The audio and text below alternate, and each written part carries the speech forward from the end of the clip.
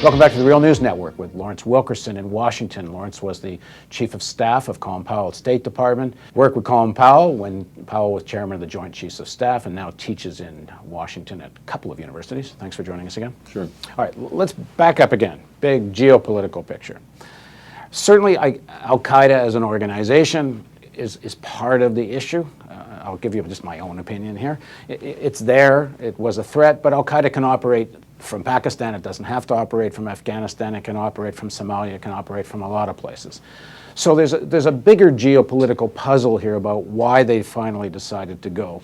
So speak a bit more about that, and within that, talk about the growing alliance with India, because it seems to me this Indian-American alliance is becoming the linchpin of American policy in the region, but people would rather talk about gate crashers at a party. Right.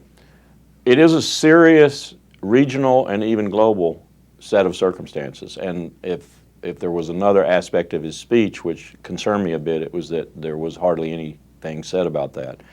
We're talking about Central Asia, Iran, Pakistan, of course. We're talking about as far away as the Persian Gulf. We're talking about Israel. We're talking about a number of factors in what I call Western Asia. The Middle East is really a misleading term. The Chinese look at it as Western Asia. We're talking about a fractious part of the world where many resources sit and where lots of antagonisms exist. I would have liked to have heard something about how we are going to bring those regional interests from China, who, after all, has a small border with Afghanistan and has now a huge, huge copper mine in the just inside that border. I would like to hear Iran pulled into this. I would like to hear Russia pulled into this. I'd like to hear Turkey pulled into this. There are so many countries that have vital interest in what's happening in Afghanistan. And even proxy armies and proxy politicians and proxy warlords. Absolutely. And in some cases, we have countries like Tajikistan, Uzbekistan are just waiting to collapse. They're held together only by one person in most cases, and that one person does things like boil people in oil. It used to amaze me when Donald Rumsfeld would talk about Uzbekistan. And very close to General Dostum, who's now back in gears with Karzai. Dostum is now running the huge, they're not just passing the raw opium product anymore. Dostum is now running a huge state-of-the-art factory inside Afghanistan, which is producing the heroin. Well, in this speech, barely a mention about the drug trade, which goes to the core of the entire issue there, because if there was something to fight over amongst warlords and Talibans after the Russians left, there's way more to fight over now. Production is up, I think it's tenfold. The money being made is something like 2/3 of the Afghan GDP, and that's what you can compute. Imagine what it would be if you could compute it all. I mean, the reality of what could be in 18 months, and this would be probably a best-case scenario, is the U.S. is able to put together a group of warlords that are more loyal to the U.S. than someone else, well, and be there and create an army where they can somehow control the country. You touched a very important dimension of this earlier when you asked your question. You need to bring India, Pakistan, China, Turkey, even Syria. You need to bring them all into this because each is going to have an aftermath that it's interested in. And it's either going to be civil war with the Indians and the Paks, for example, fighting over Afghanistan because the Pakistanis see it as strategic depth against their principal enemy, India, and don't want it to be stable and secure. They want to be able to influence it. The Indians see it as just that for Pakistan, and they want it to be reasonably secure, and if they have to make it secure, they will make it secure. So we're looking at a contest between different regional powers that does need some orchestration. Well, isn't that the real alternative strategy? Then rather just send more troops, doesn't there need to be some kind of regional conference about how to solve Afghanistan? Absolutely. Which means give up this idea that the United States needs to run the show. I think you would may facilitate a show. Yeah, exactly. But you have to run the show. And by facilitate, in my language, I mean on occasion lead, because I don't see anybody else stepping up to the plate. But to lead, don't you have to give up the idea that we're going to be the dominant power in the area? You may have to do that in order to achieve a diplomatic solution that you can then, with your allies and friends, back up with power. I don't subscribe to this theory that it's better to be feared than loved or respected. I subscribe to the theory that if you get enough people at the table who understand what each other's interests are and understand where those interests fold over each other and are coincidental, you can achieve a compromise solution. You may have to back aspects of that solution with your military power, and you may have to use some of the military power of your friends and allies to help you. But that doesn't mean that you are the hegemon of the area or that you're the world hegemon or anything else. It simply means that your leadership and your counsel is crucial to achieving solutions. And that requires military and diplomatic power, leading with diplomatic power. And that's what's called for here.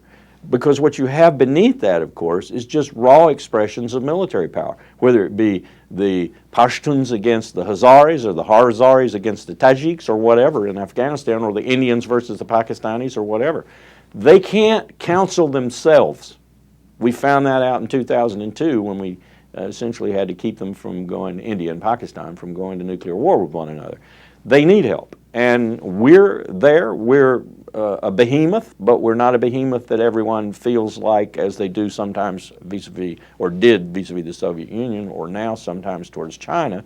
We're not a behemoth that comes with all the trappings of territorial aggrandizement, imperialism, and so forth. At least we haven't been in the past. I'm worried about the present. So we're a better party to be an honest broker. We're a better party to be a negotiator, a better party to lead diplomatic negotiations. So this is where you get back to what's the real objective here. Exactly. Because if the Pentagon's objective and the military-industrial complex objective is to continue this war so they can make money off of it, then that's a war that goes on good. endlessly, Yeah. long-term military bases, let's keep our strategic positioning given all the resources. That's one set of thinking. Dick Cheney went to Iraq for one reason. He went to Iraq for oil. And there's a huge component of that in Central Asia, of course. Our new ally is India. Everyone in the United States military knows that.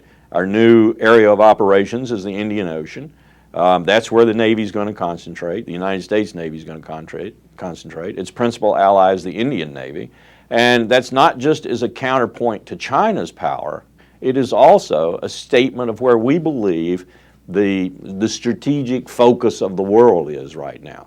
And that's because of things like the Turkmenistan, Afghanistan, Pakistan, India pipeline, for example. You know, oddly enough, our troops are laid out along in Afghanistan the path that pipeline would take.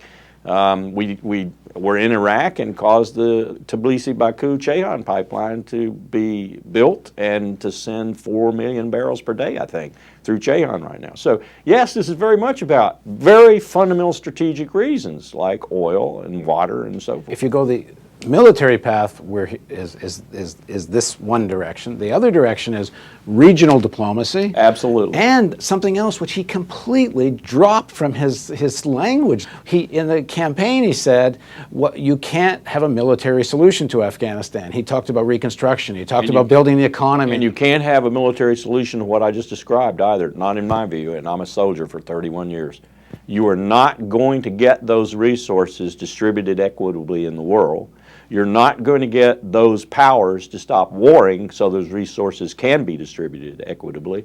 You're not going to have peace and prosperity and freedom and human dignity and all those kinds of things. You're not going to get them through the military. You do not bring those things at the point of a bayonet.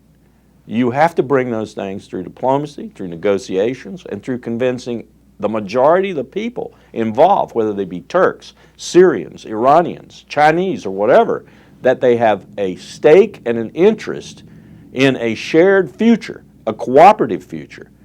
You don't do it with guns anymore. Well, if you had to go based on the speech, it seems to me that the person who doesn't believe in change you can believe in at the moment is President Obama. I hope you're wrong. I don't agree with you. I may have to eat my words 2 years from now. He may have been captured by the same military-industrial congressional complex that not just captured George Bush, but was led by Richard Bruce Cheney. But I don't think so, and I'm waiting to see. This is not a future that we can sustain. We cannot be the new Rome. It is an impossibility in today's world. We will squander our power. We will squander our resources. We will be a third world nation. We will be bankrupt in a generation. if we try. So sooner or later, there's going to have to be a regional solution. The question is how many people are going to get killed along the way. That's a very cold way of putting it, but I'm afraid that's reality.